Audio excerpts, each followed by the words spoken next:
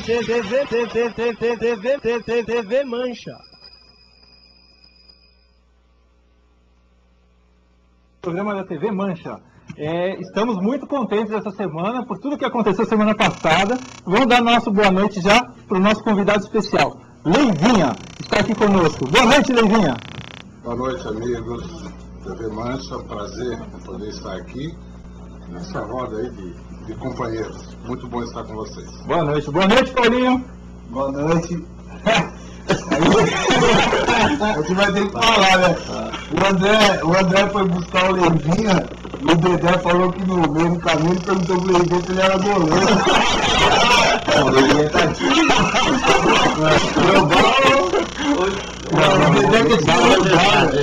Não é verdade. Talvez pelo físico. A altura, né? Uma boa noite aí. Na semana passada a gente teve uma semana muito feliz. O mesmo time e o mesmo treinador, depois de 15 anos, me deu muita alegria. Foi a terceira alegria, né? Mas depois de 15 anos, o mesmo dia, né? O mesmo treinador, o mesmo time, então... Obrigado, Nelson. Obrigado, Nelson Batista. Luzinho, seu boa noite. Boa noite para todo mundo. E hoje, dia 16 de junho, 9 anos do Libertadores da América. Então, parabéns pra rapaziada aí pra nós. Você não esqueceu nada? Você não esqueceu nada? Esqueci. É? Que dia que é hoje? Pediram, segunda. Não, mas é que eu tô com uma pena dele.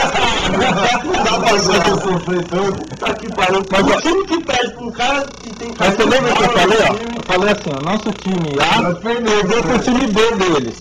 Aí o time A deles ganhou pro time B deles. Então acabou, né? Boa noite, Reginaldo. Boa noite a todos. Comentado do jogo da semana passada também. Foi bom. O pessoal já comentou aí. Da vitória do Palmeiras também foi importante, a maneira que o time jogou. Depois da cobrança da torcida, depois da cobrança... Existem situações que de repente que é melhor assim, não sair para a imprensa, ficar internamente. E aconteceu algumas coisas aí que culminou aí no resultado. E na maneira que o time jogou, na maneira que o Luxemburgo escalou o time, você pode ter certeza que quanto a Mancha estiver presente, estiver com essa postura, essa ideologia, vai cobrar sim, a gente quer o melhor do Palmeiras sim, e sem fazer escândalo, sem fazer alarde, fazer o que é o certo. E o certo deu resultado, 5-2, tá bom, o time jogou, com vontade, tecnicamente, não tem como criticar o Palmeiras atual, né? Tem jogadores que desequilibram, só que não pode achar que é o melhor bolacha do pacote, entendeu? Então, jogando com vontade, com raça, determinação, deu resultado. 5-2 no Cruzeiro, que era a sensação, que ganhou todo mundo. Então, tamo aí. Boa noite a todos. Pois é, meu boa noite que é longo, né? Aí você não fala nada hoje, né, Alice? Mas foi rápido. Foi? Então tá bom. Deixa eu... Vou Você passar... da boa noite? O André, ele já chegou, já deram boa noite pra ele, né? Já chegaram... Então, boa noite, André. Boa noite a todos aí. Espero que o Leivinha desminta essa história aí. Já desmentiu, cara.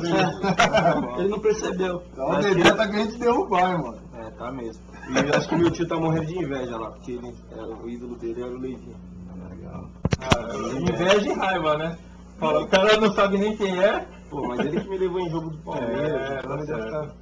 Não, tá certo. Frutos. Vou só passar uma breve história aqui do Leivinha, né? João Leiva Campos Filho, apelido Leivinha, nascimento 11 de setembro de 1949 em Novo Horizonte.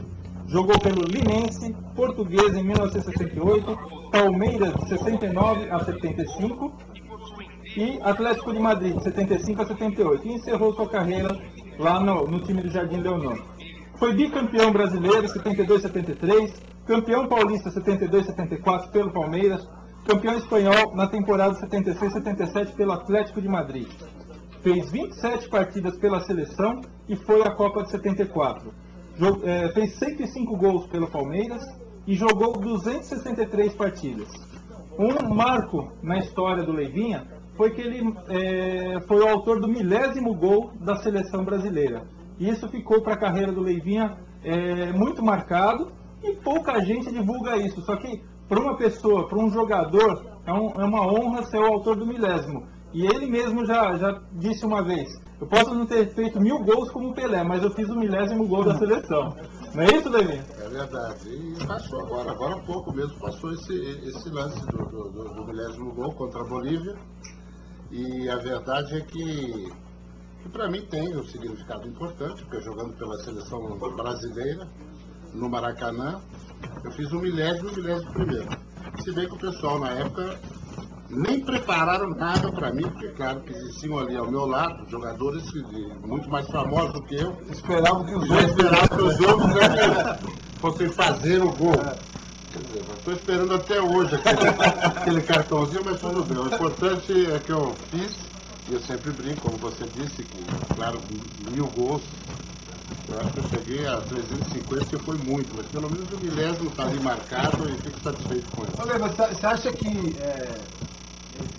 por ser um jogador do Palmeiras, de repente não teve tanta ênfase assim? Porque a gente sempre teve uma perseguição por parte da imprensa, né?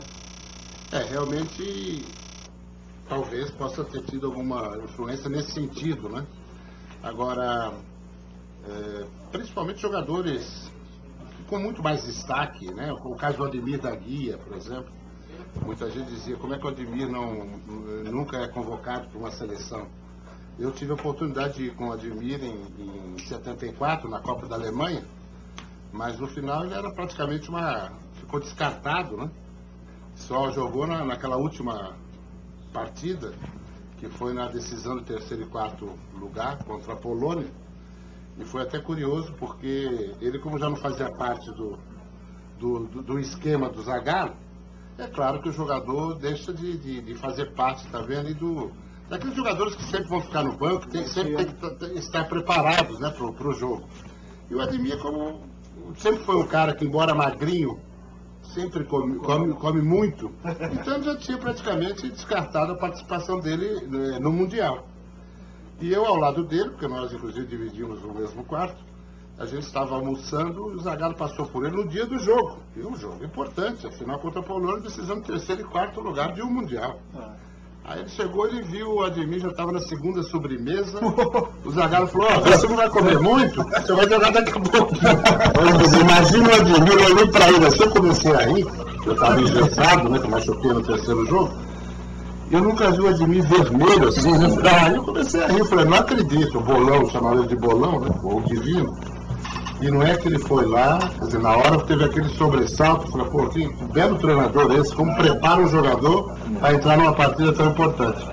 E não é que o Ademir foi lá e jogou muito bem, inclusive nem merecia ser substituído. Então, às vezes, isso daí, como você disse, Adão, pode ser, porque principalmente naquela época existia uma política muito grande para favorecer os cariocas. Aquela briga que tinha os paulistas e cariocas.